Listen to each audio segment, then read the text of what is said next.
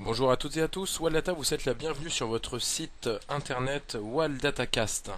Donc alors, nous vous proposons aujourd'hui en partenariat avec le centre de formation Waldtrain Institute, une vidéo vous montrant les bases de l'analyse technique vraiment essentielles à la compréhension de toute méthode de trading moderne. Alors, cette initiation à l'analyse technique est animée par monsieur Gérard Sagnier, qui est analyste technique et bien sûr formateur au centre de formation agréé Waldtrain Institute Bourse et Trading, que vous pourrez retrouver dans son cursus, dans son cycle de formation sur www.waltrainstitute.com.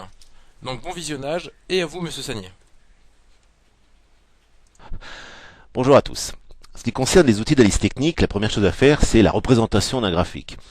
Pour cela, on a plusieurs choix. Les bar charts, on s'en sert plus beaucoup, les closes sûrement pas, donc on va se concentrer sur l'utilité la plus connue, c'est sur le mode de représentation la plus connue, ce sont les bougies japonaises, en anglais les candlesticks.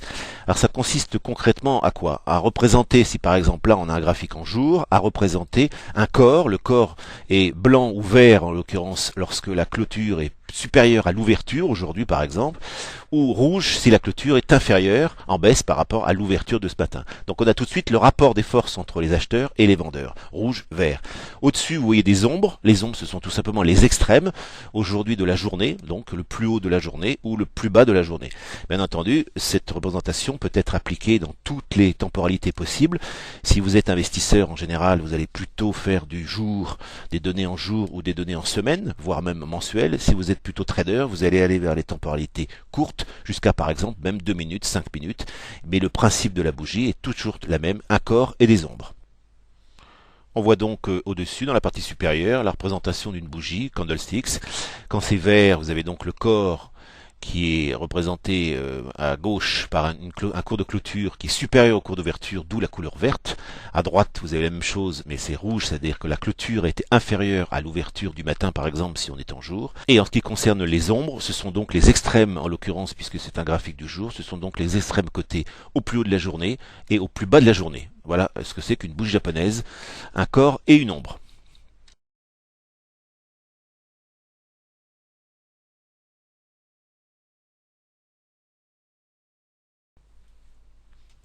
Après la représentation graphique des cours, il faut chercher à dessiner, à tracer les principales lignes de support et de résistance. Alors, un support et une résistance, un support c'est par exemple un niveau en dessous duquel le marché ne veut pas traiter. Une résistance, c'est un niveau au-dessus duquel le marché ne veut pas traiter. Alors évidemment, on va essayer de trouver, par exemple, si on prend un support, par exemple ici, dans le bas du graphique, on va rejoindre tous les points bas. On se doute bien que plus on aura de points touchés, c'est-à-dire au moins 2, on se doute bien que plus on aura 3, voire 4, voire plus, l'importance du support est forte. La résistance qu'on a dessinée au-dessus, il y a eu une sorte de double top, résistance ici sur ces deux points-là, qui d'ailleurs, entre parenthèses, vous voyez qu'elle vient d'être cassée. Ça, c'était une résistance horizontale. À noter l'importance extrême de cette horizontalité des supports, voire des résistances, c'est très important, c'est plus important même que les supports et résistances obliques. Donc encore une fois, la qualité d'un bon support, c'est le nombre de fréquences que touche le marché sur ce support ou cette résistance. Pourquoi? Parce que ça permet des points d'entrée. Si jamais d'aventure sur ce graphique, on revenait sur le bas de cette ligne, sur ce support, on aurait un point d'entrée à nouveau acheteur avec un stop tout à fait très clair. Le stop en général se met à une clôture sous les lignes de résistance ou au-dessus ou sous les lignes de support.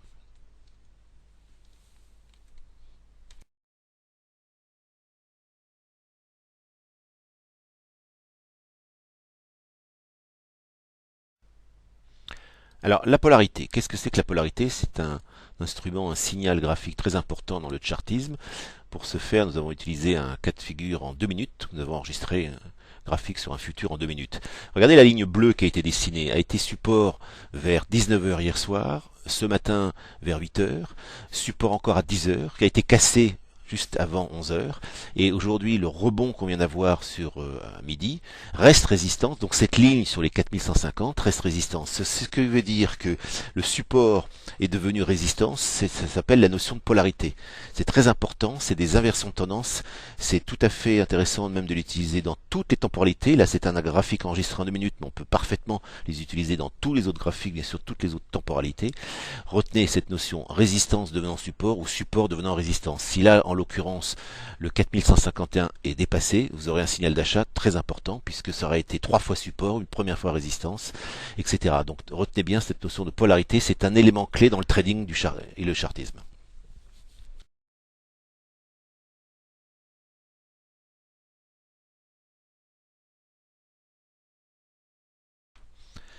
Alors la visualisation du marché.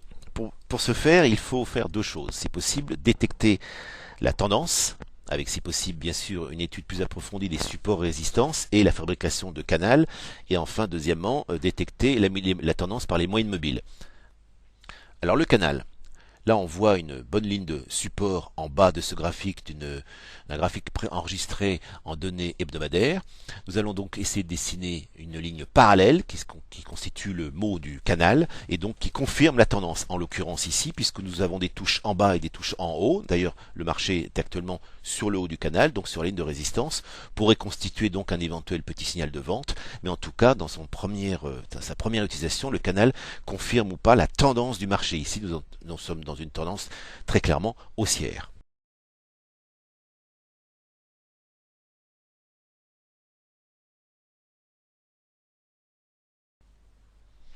Après l'utilisation des canaux pour confirmer la tendance en cours sur le marché, on peut utiliser cet excellent signal en chartisme, ce sont les moyennes mobiles.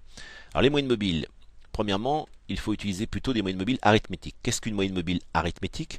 C'est tout simplement la division on prend les nombres de toutes les clôtures du marché pendant par exemple ici 25 jours et on va diviser tout simplement les 25 dernières clôtures pour trouver une moyenne mobile à 25 jours. Et là, en dessous, vous avez une autre moyenne mobile, c'est la moyenne mobile à 100 jours. On a tout simplement divisé toutes les clôtures en arrière, si c'est en jours, donc les 100 derniers jours, et on a divisé par 100. Donc on reste en arithmétique, c'est beaucoup plus simple.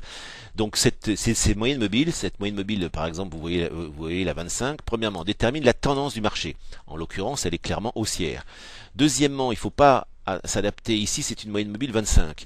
Grâce au système chez Waldata de l'APMI, vous pouvez essayer d'adapter les moyennes mobiles comme un support. Quand on a parlé des supports tout à l'heure, on a dit que c'était une ligne horizontale qu'on fait avec une règle informatique ou une règle en papier, ça serait exactement pareil. Et bien là, prenez une ficelle et vous voyez que cette moyenne mobile est comme une ficelle qui cherche le support, qui cherche à adapter sous les cours, pareil, la notion de support, la même chose. C'est exactement la même chose, ça permettra donc des entrées dans le marché, en l'occurrence ici acheteur, avec un stop très clair. Donc cette moyenne mobile, donc je disais, a deux fonctions. Déterminer, la tendance, là vous la voyez, elle est très claire. Si vous dessinez la moyenne mobile plus longue en dessous, la 100 bourse, elle est également acheteur, donc c'est clair, actuellement le marché est sur une tendance haussière. Donc je répète, ensuite cette deuxième fonction, c'est d'essayer de trouver des points d'entrée, et des points d'entrée très très clairs avec cette fonction APMI. Regardez comment on l'a fait bouger. Donc ici en l'occurrence, on voit bien que la moyenne mobile 23 bourses actuellement, dans ce graphique enregistré en données hebdomadaires, je le cite, est tout à fait la bonne moyenne adaptée pour re-rentrer dans le marché, donc par exemple sur cette 23. La troisième utilité concernant les moyennes mobiles, c'est le croisement de deux moyennes mobiles. Ça nous donne des signaux excellents et très classiques sur cette séquence enregistrée, toujours en hebdomadaire, enregistrée. Nous avons plusieurs signaux. Alors, d'abord, il faut toujours, je rappelle, trouver la bonne moyenne mobile. Par exemple ici, celle-ci a vraiment été parfaitement support, vous voyez, jamais été enfoncée. Donc après un premier avertissement du croisement ici, du cours qui a enfoncé cette moyenne mobile, qui est d'ailleurs restée au passage, vous le voyez, résistance, vous apercevez que la seconde moyenne mobile, ici, croise et coupe à la baisse. C'est un signal de vente et normalement de retournement de tendance. Ici en l'occurrence la tendance s'était déjà renversée mais vous confirme la poursuite de la baisse comme on le voit d'ailleurs sur ce graphique. Toujours sur ce graphique enregistré en données hebdomadaires, on voit le deuxième croisement tout à fait intéressant qui montre et confirme le retournement de tendance par ce croisement de moyenne mobile que vous avez ici et qui montre donc clairement maintenant la confirmation du retournement de tendance et de la tendance haussière. Vous avez enfin par exemple sur ce graphique enregistré toujours un troisième croisement baissier. Cette fois-ci, pareil, comme le premier en début 2000, vous avez ici un croisement de moyenne mobile qui montre la confirmation de la poursuite de la tendance baissière. Et on reconnaît ensuite que cette moyenne mobile, montrée en violette, reste parfaitement résistance. Et vous avez donc un premier signal de retournement de tendance également lorsque le cours coupe la moyenne mobile. Mais vraiment, les croisements de moyenne mobile entre elles sont très importants, sont absolument prédominants pour les reversements de tendance.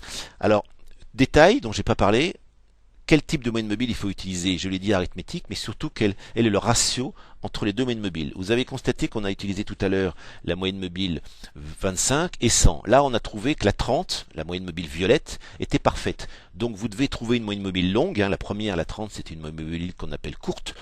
Donc en l'occurrence, on a choisi un ratio de 4. 4 fois 30, ça fait bien 120. Pourquoi? Parce qu'empiriquement, dans l'histoire d'analyse technique et dans quelques années d'expérience, ces ratios me semblent être a priori les meilleurs ratios pour trouver les retracements de tendance, ni trop nombreux, ni pas assez nombreux, mais surtout excellents. Donc vous multipliez par 4 la moyenne mobile qui a été la première, la plus courte en support, vous trouvez une moyenne mobile longue, là en l'occurrence c'est la 120, et vous voyez quand même globalement, on nous a, ces trois croisements ont donné d'excellents signaux. Alors, autre exemple, sur ce graphique préenregistré en 2 minutes, nous avons toujours, comme je le disais, une moyenne mobile courte, une moyenne mobile longue. Et ce que nous cherchons, c'est évidemment les croisements entre cette moyenne mobile longue et cette moyenne mobile courte. En l'occurrence, ici, nous avons, dans ce graphique préenregistré de 2 minutes, une moyenne mobile 28. Et donc, moi, je multiplie 28 par 4. C'est mon ratio d'empirisme. On peut très bien, d'ailleurs, monter ou baisser ce ratio. Si vous prenez un ratio plus court, vous aurez plus de signaux de croisement. Et à mon avis, plus de faux signaux. Si vous prenez un ratio trop lent, par exemple un ratio de 6, vous allez avoir peut-être de bons croisements, mais assez peu fréquents. Donc 4, je trouve que c'est un bon croisement. Si on regarde la moyenne mobile 28, premièrement, on voit qu'elle a été d'ailleurs premièrement parfaitement résistance. Et le croisement, quand elle a coupé la 112 qui est plate, qui montrait que la tendance du marché pendant ces 2 jours, en 2 minutes, était tout à fait plate, dans un espèce de canal plat. Quand elle a été coupée par la moyenne mobile 28, la moyenne mobile 112, on a montré, on voit tout de suite la tendance baissière qui a poursuivi, qui a confirmé la moyenne mobile. Regardez ensuite un avertissement quand on a recoupé la moyenne mobile courte, il s'agit bien de la moyenne mobile 28, on a là à ce moment-là une accélération immédiate. Et vous voyez cette moyenne mobile, maintenant ces 2 moyennes mobiles sont coupées par le futur, par l'indice CAC 40, à la hausse. On a coupé la moyenne mobile 28, on a coupé la moyenne mobile 112, remettant et confirmant certainement un retournement de tendance et probablement une remontée vers le haut du graphique. Donc je confirme et je conclus. Chercher dans les moyennes mobiles d'abord la bonne adaptation, c'est-à-dire la bonne moyenne mobile qui couvre, qui comme une ligne de support et comme une ligne de résistance qui va vous faire rentrer sur des points très clairs avec des stops. Deuxièmement, bien sûr, qui va vous donner la tendance très très claire du marché. Et enfin, troisièmement, j'en ai parlé, qui va chercher des bons croisements entre la moyenne mobile courte et la moyenne mobile longue. Rappelez-vous de ce ratio de 4.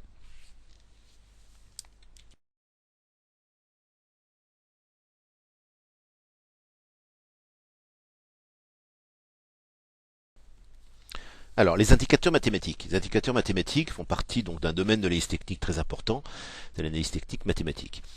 Tous les indicateurs mathématiques sont essentiellement constitués de formules mathématiques qui reprennent les cours, en général la clôture des cours, et qui essayent comme dans un tableau de bord de voiture, de vous donner, par exemple, la vitesse du marché, l'écart par rapport à la clôture, par rapport au plus haut, etc. Un certain nombre de variations, de signaux très intéressants concernant la poursuite ou éventuellement le retournement de la tendance du marché en cours.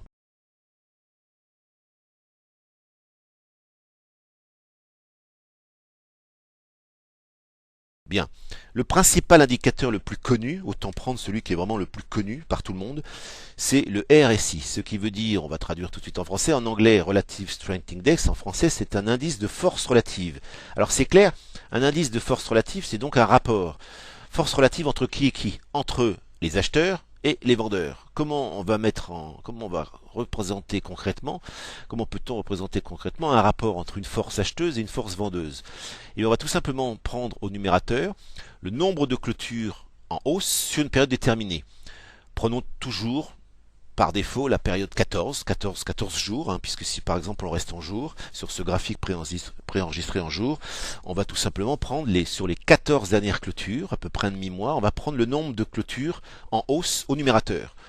Et puis on va évidemment prendre au dénominateur en bas, puisqu'il s'agit bien d'un rapport de force relative, le nombre sur cette même période de 14 jours, le nombre de clôtures en baisse. Et on va tout simplement faire le rapport. Si l'un est supérieur à l'autre, évidemment, vous allez avoir un récit positif, mais positif par rapport à 50. Si vous imaginez que vous avez par exemple sur cette période de dernière 14 jours 7 clôtures en hausse et 7 clôtures en baisse, vous aurez un ratio RSI appelé à 50%. 50%, c'est la ligne médiane. Ça veut dire que là, le marché est totalement neutre, c'est-à-dire arbitré par des forces égales entre les forces acheteuses et les forces vendeuses. Imaginez ce qui n'est jamais arrivé, que sur les 14 dernières bourses, par exemple, on ait 14 clôtures en hausse, le RSI serait coté à 100. 100 ici, qu'on voit tout à fait en haut du marché. Je vous le dis tout de suite, ça n'arrive pas, ce n'est pas arrivé, c'est très rare. Et si vous imaginez que le nombre de clôtures des 14 dernières périodes, par exemple, soit tout en baisse, vous auriez un ratio RSI à 0. Donc ce qui est intéressant dans ce genre d'indicateur, c'est qu'on l'appelle un indicateur dit borné. Borné, c'est clair et net, sa valeur est entre 0 et 100. Donc vous retenez que la partie au-dessus du 50%, c'est qu'on est plutôt, on confirme plutôt d'être dans une tendance haussière. La partie en dessous du 50%, de 0 à 50%, c'est la partie dite baissière. Créé en 1954, en fait, cet indicateur a un très intéressant avantage, c'est de montrer donc les zones de surachat et les zones de survente. Si on imagine un marché qui monte un peu trop vite, le RSI forcément, vous devinez que si le nombre de clôtures, si le marché monte, c'est que le nombre de clôtures en hausse va monter par rapport au nombre de clôtures en baisse. Donc le RSI va monter vers 100%. Et dès qu'il va dépasser 70, cet indicateur est appelé, dit entre guillemets, suracheté. Quand on va être dans la zone 70-100, on va éviter d'acheter, on va plutôt alléger, plutôt vendre. Ce n'est pas un signal de vente non plus, ce n'est pas non plus un signal de retournement, c'est un signal tout simplement d'échauffement. C'est comme si votre compte tour était un peu trop fort quand vous avez mal passé la vitesse. Donc à ce moment-là, c'est une espèce d'alerte. Quand vous avez trop vendu, quand le marché est beaucoup trop fort à la baisse, vous allez avoir un récit ici, par exemple, qui va commencer à casser les 30%, et donc on va appeler la période, la zone de survente entre 0 et 30%. Ce n'est pas non plus un indicateur de renversement et d'achat, mais c'est une zone au moins dans laquelle on arrête de vendre.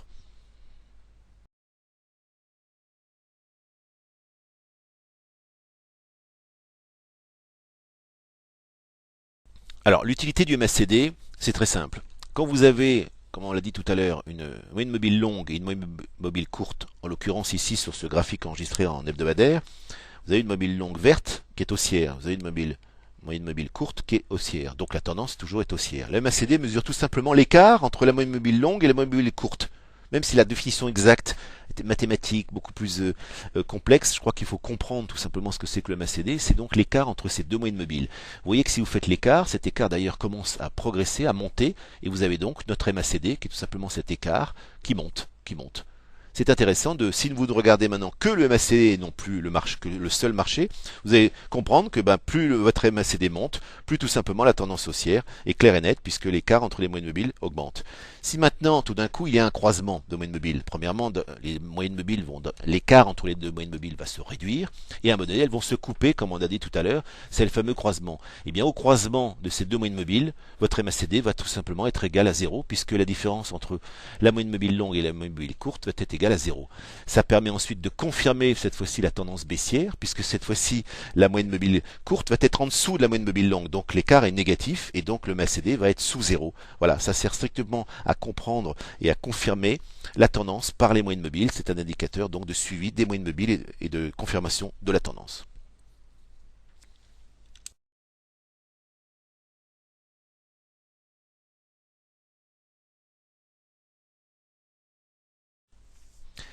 Dans l'analyse chartiste, il faut absolument parler des figures. Les figures sont des représentations graphiques assez connues, détectées uniquement par la recherche passée.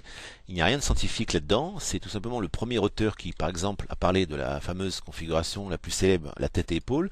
C'est quelqu'un qui a cherché dans les graphiques du passé des figures qui ressemblaient à une tête-épaule et qui a constaté, après une observation très longue, très minutieuse dans toutes les temporalités, qu'à chaque fois qu'on voyait un graphique avec une représentation qui a une forme de tête et épaule. On va l'expliquer exactement concrètement. Alors la représentation graphique d'une tête et épaule, comme vous le voyez sur ce graphique préenregistré toujours en hebdomadaire, est constituée de deux épaules et d'une tête. On peut dessiner forcément la ligne, ce qu'on appelle la ligne de coup, qui est la ligne support, qui donc prend les points bas sur lesquels à chaque fois le marché est retombé et qui caractérise bien la figure dite en tête et épaule. Vous voyez ici la tête qui a constitué le top à ce moment-là du marché, et les deux épaules qui sont à droite et à gauche, qui doivent être inférieures évidemment à la tête. La ligne de coup, qu'on appelle la ligne de coup, qui est la ligne de support, qui sous-tend exactement cette configuration en tête-épaule doit être plutôt ascendante, voire maximum plate, surtout pas de ligne de cou descendante. Mais la théorie nous rappelle que ces lignes de cou, puisqu'il s'agit d'une tête-épaule, il s'agit d'une représentation graphique baissière, cette ligne de cou de préférence doit être plutôt haussière, montrant donc la cassure du marché et le retournement. Donc pour conclure, c'est une figure de retournement 1 baissier qui donne un signal de vente à la cassure très claire de la ligne de vente. Et ce que nous dit la théorie par cet empirisme de la personne, la première qui a trouvé les têtes-épaules, c'est qu'il a observé dans le temps, avec très très grand nombre d'analyses de têtes-épaules, que la cible, c'est-à-dire l'objectif qui est prévu à la cassure de la ligne de cou, c'est la hauteur de la tête. Ici, en l'occurrence, vous avez, si vous faites l'écart entre cette ligne de cou ici et la tête-épaule, ici la tête, vous avez probablement une cible à venir de minimum de cet écart-là. C'est donc bien minimum. C'est totalement empirique et c'est totalement réalisé dans toutes les têtes et épaules. C'est l'objectif qu'on doit suivre quand vous avez vendu à la cassure de la tête-épaule. En l'occurrence ici, on a d'ailleurs fait l'objectif, puis on a commencé à remonter. Évidemment derrière, ça a continué à baisser pour d'autres raisons. Voilà. Vous avez ensuite en bas l'inverse, c'est plus rare. Puisque j'ai dit qu'une tête-épaule était une figure de retournement baissier, vous avez l'inverse, la tête-épaule inversée, figure à ce moment-là de retournement haussier. Pareil, on voit bien ici la tête, les deux épaules à droite et à gauche. On dessine la ligne de cou, qui est une ligne de cou plutôt descendante cette fois-ci, puisqu'on va être traite en résistance descendante et on va montrer que le marché a cassé cette ligne de cou, dite la ligne de résistance descendante, et on va au moins attendre comme cible, comme objectif de cette tête-épaule, au moins la hauteur que vous avez entre le plus bas, en l'occurrence la tête, et la ligne de cou. Et vous avez au moins, effectivement, sur cette figure, ça a parfaitement marché. Le marché a commencé à tout à fait réaliser cette tête-épaule. Attention à utiliser les têtes-épaules dans toutes les configurations, dans toutes les temporalités possibles. Tout à l'heure, on montrait des graphiques enregistrés en 2 minutes. On vous a montré des graphiques enregistrés en jour. On montre là des graphiques enregistrés en hebdomadaire. Il y aura des têtes-épaules partout. Dans les autres configurations graphiques, après la tête-épaule la plus connue, on a deux configurations assez célèbres pour le retournement haussier. C'est le W, figure de retournement haussier, ou le M, figure de retournement baissier. Plus présent dans les retournements haussiers, le W. Le W, c'est donc la reconstitution de la lettre W, constituée donc par un premier point bas, et avec un retour sur ce point bas, que vous pouvez déjà d'ailleurs vous permettre d'être un petit peu moins bas, vous voyez cette ligne de support, peut vous permettre d'avoir un W un tout petit peu décalé qui montre déjà qu'on n'arrive pas à faire un deuxième point bas, montrant le retournement haussier. Pour intervenir sur cette figure de retournement haussier, déjà il faut dépasser le milieu du W, donc cette zone du top ici. Vous mettez une ligne horizontale et vous commencez exactement à acheter au-dessus. En l'occurrence, c'est parfaitement ce qui s'est passé. Ça a dépassé cette ligne horizontale. On est revenu d'ailleurs s'appuyer, vous vous souvenez de la notion de polarité. Cette ligne était parfaitement support. Et on a comme cible, un petit peu comme la tête-épaule, toutes les figures d'ailleurs ont une cible. La figure du W ou du M, c'est tout simplement la hauteur qui sépare le top de la forme de la lettre W et le bottom constitué du double support. Donc en l'occurrence ici, on pouvait monter au minimum de l'écart que vous avez là, on pouvait monter au minimum sur la zone 1,14. C'est exactement ce qui s'est passé. Maintenant le stop, en l'occurrence, une fois que vous êtes parti à l'achat, et si la cible n'a pas été exactement trouvée, minimum l'écart entre le top et le bottom, vous avez le stop immédiatement. Quand vous recassez la ligne de top ici, si jamais vous la recassez immédiatement, vous stoppez immédiatement, c'est un W avorté. Le M sera exactement de la même manière, mais donc configuration baissière. En dehors des représentations graphiques, il y a tout simplement, puisqu'on a parlé des supports et des résistances tout à l'heure, tout simplement les double top ou double bottom. En français, double résistance. On a là une ligne horizontale, attention.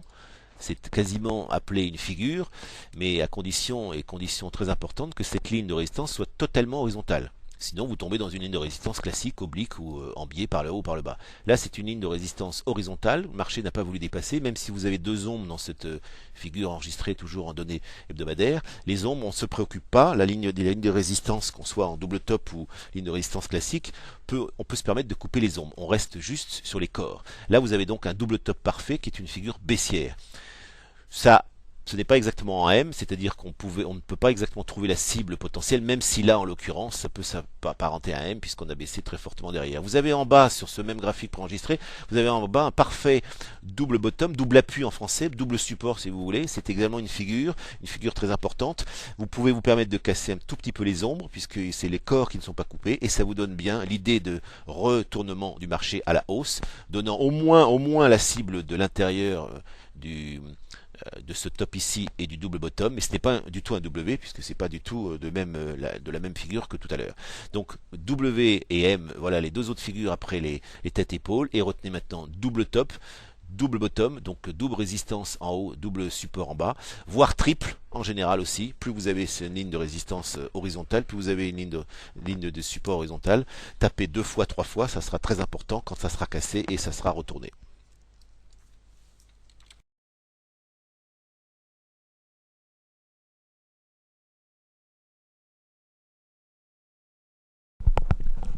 L'intérêt de tous ces indicateurs est bien sûr entre autres de pouvoir les combiner entre eux pour en faire vraiment votre propre méthode de travail. Par exemple, si nous reprenons les moyennes mobiles, le RSI, la stochastique présenté par Gerassani il y a quelques minutes, nous pouvons en dégager une méthode de travail efficace. C'est ce qu'a fait WellData dans son logiciel WellMaster en créant l'indicateur exclusif, le WellData Trend Indicator, autrement dit le WTI.